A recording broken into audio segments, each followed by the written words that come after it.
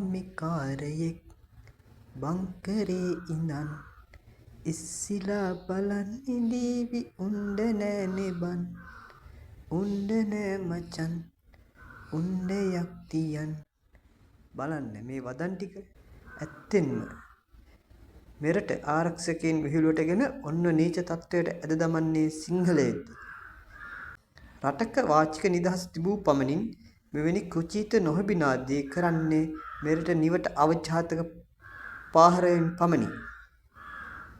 සොල්දාදුවෙක් බංකරයක තනි වුණ මොහොතක ඔහුගේ මානසික තත්ත්වය කෙබඳු වේද? එසේම ඔහු තනිව රාජකාරී යෙදී සිටින විට ඔහුගේ අවියේ පතුරම් ඉවර වුවහොත් එවිට එම සොල්දාදුවාගේ මානසික තත්ත්වය කෙබඳු වේද? එවැනි අවස්ථාවකට මෙම කුචීත නිවටයා මුහුණ දුන්නේ නම් ඔහු අද මෙවැනි කුචීත නින්දිත සතුටක් ලබයිද?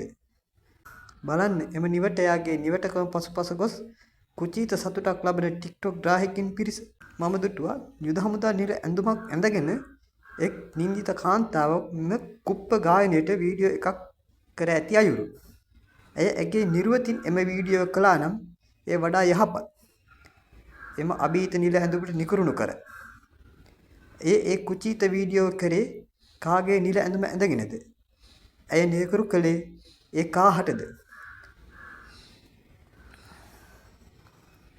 ඇය පෝෂණය වන්නේත් එම නිල ඇඳුම නිසා නොවන්නේද?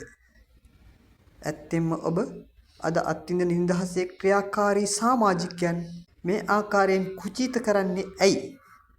ඇයි මෙරට මිනිසුන් මේ තරම් මෝඩ කුහක නිංචිත නිවෙටයින් වූයේ?